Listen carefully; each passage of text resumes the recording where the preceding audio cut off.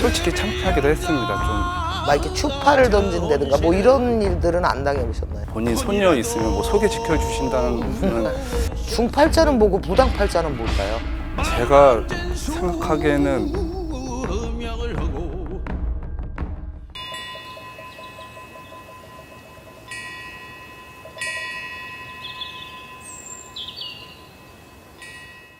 안녕하세요. 구대만 신 임덕영입니다. 안녕하십니까, 진혜입니다. 생소한 만남이고 또 남들이 보기엔 다소 보면 어색하기도 한데 일맥상통한 그런 관계인 것 같기도 하고 애매해요. 근데 이제는 이 방송을 마련한 이유는 저희가 이렇게 생활 속에 스며드는 불교와 무속의 어떤 그 이해관계 이런 게 깊어요, 사실은. 그래서 제가 궁금한 것들을 풀고 나가고 시청자분들이 궁금한 거를 이 구별되지 않게 풀게 나가기 위해서 이 방송 마련했습니다. 많은 시청 부탁합니다. 어떻게 하다가 이 길을 가시게 된 거죠?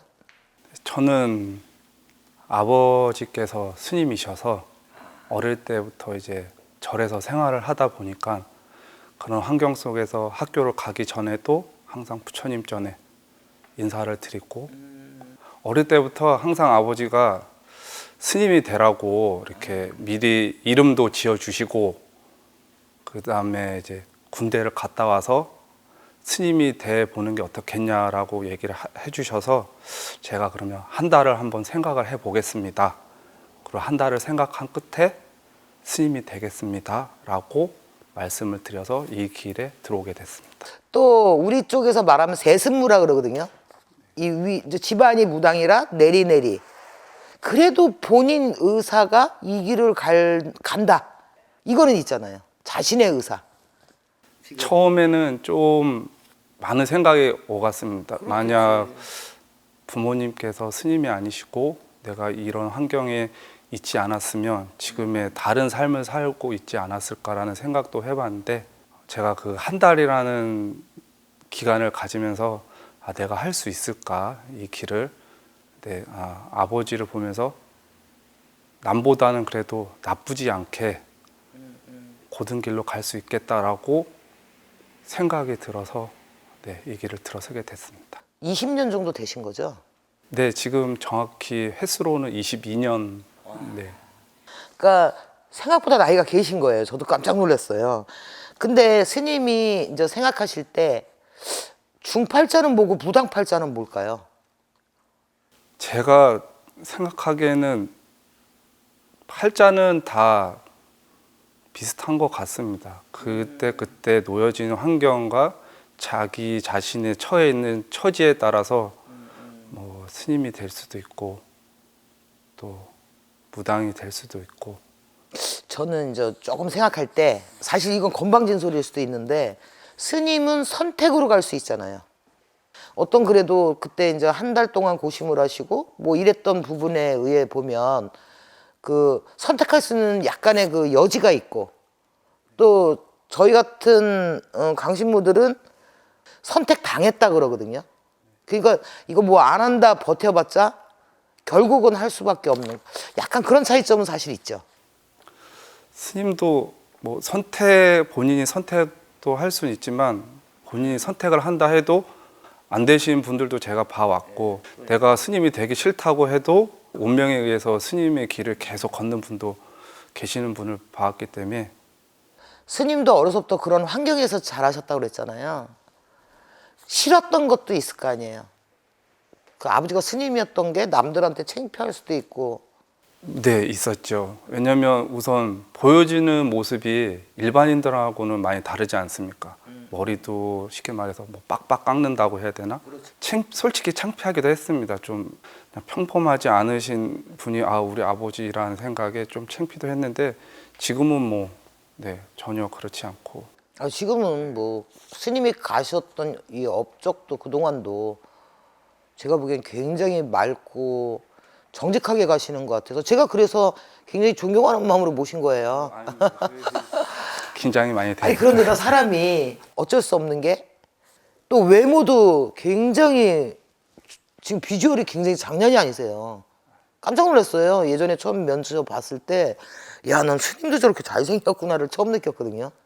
이 부모님께서 잘 낳아주신 아, 덕분에 자기가 이렇게 아는 거야, 잘생긴 거를. 잘생겼다보다 그냥 부모님이 잘 낳아주셔서 그런가.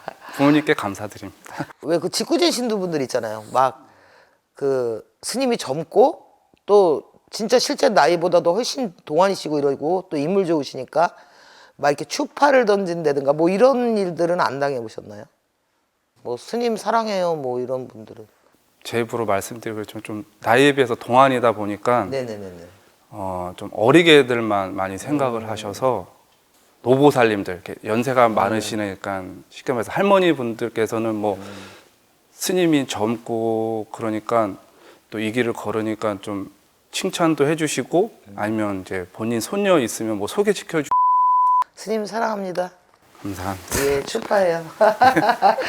그러면 스님이 생각할 때 중팔자, 무당팔자는 운명이다. 네, 운명도 분명히 존재한다고는 생각을 합니다.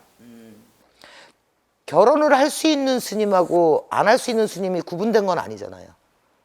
불교 그 종단에 따라서 아. 네, 그 종단에 따라서 이게 규율이 정해져 있습니다. 그러니까 스님이 결혼을 해도 되는 종단이 있고 또 하면 안 되는 종단이 이렇게 나눠져 예, 있기 맞아요. 때문에 그건 들었어. 네, 그 종단에 따라서 스님이 결혼을 하셔도 되고 또 하면 안 되고 네, 이렇게 정해져 있습니다. 그럼 결혼 생활을 할 때 불편할 게 뭘까요?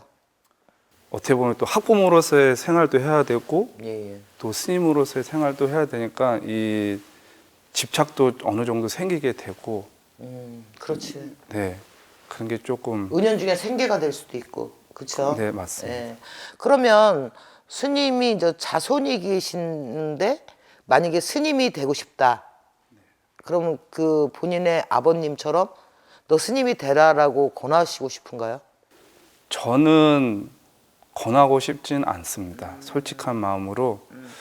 왜 그러냐면 제가 이렇게 살면서 느낀 바로는 스님이 굳이 아니어도 스님의 생활을 할 수가 있습니다. 그게 뭐냐면 절에 가서 기도도 네, 기도도 드려도 되고 아니면 뭐 쉽게 말해서 몸이 좀 불편하신 분들은 뭐 병원을 가실 때 대신 이렇게 운전을 해줘서 병원에 모시고 갖다 드릴 수도 있고 형태만 굳이 머리를 깎거나 이 스님 법복을 입지 않아도 충분히 생활 속에서 본인 직장 생활을 한다든지 취미 생활을 한다든지 하면서 절에서 생활하는 스님처럼 지낼 수 있다고 생각합니다. 살아있는 부처네요.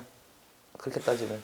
그분들은- 생각을 어떻게 하느냐에 따라서 그쵸? 내가 부처가 될 수도 있고 내가 뭐 망나니가 쉽게 말하면 망나니가 될 수도 있고 네, 생각합니다. 이쪽 무교와 불교의 차이점은 뭘까요? 믿는 분이 다르. 근데 내 생각에 불교와 이 무교의 차이는 뭐 제가 뭘 알겠습니까마는 불교는 깨달음, 공부, 마음 공부 뭐 이런 게 치중이 크고 또 이쪽은 우리 쪽은 산자와 죽은 자의 소통, 그다음에 죽은 자의 그 억울함을 달래는. 근데 분명히 천도제도 불교에 있잖아요. 저도 뭐 요즘 천도 진홍제를 많이 하는데 근데 이제 직접적인 소통, 약간 그 생생함.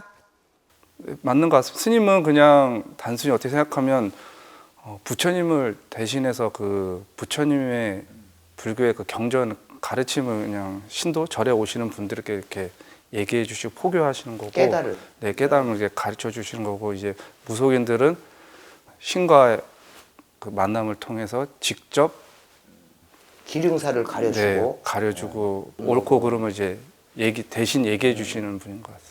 네, 방향만 다르지. 예, 예. 네, 그 끝은 같다고 생각을 합니다. 그래도 시대에 반영된 어떤 가리킴을 해주니까 좀 더 빨리 알아듣고 스님이 말씀하시는 게 좀 더 제가 좀 흡수가 빠르더라고요. 아, 이게 생각과 말하는 게 지금 되게 잘하셨어요. 나 기대 안 했어. 머릿속으로는 지금 많이 돌아가고 있는데 이게 입으로 잘 표현이 안 돼서 네, 걱정이 많이. 아니 이게 매력 아니에요? 어벙벙한 걸 또 좋아하시는 분들이 계시기 때문에 아예 순수한 거예요. 네. 항상 겸손하시고 항상 순수하신 진해 스님을 제가 존경해요. 예. 이제 못 벗어나. 조용히 살고 싶다는 분 끌고 나와서 이제 못 벗어나요. 오늘은 중팔자 무당팔자 어떻게 다른가와 이 길을 가게 된 계기 한번 들어봤습니다, 여러분. 사람이 제일 궁금한 게 운이라는 거잖아. 시험만 봤다 하면 꼭 떨어지는 분이 절대 안 되는 놈이 있어. 부자 부모한테 태어난 것도 지 팔자 스님 사주에도 스님 사주에도 무력이 없어야 되잖아, 스님은. 그러니까 스님도 욕심이 좀 그렇게 어렵게 얘기하면 뭐 알아요, 사람들이?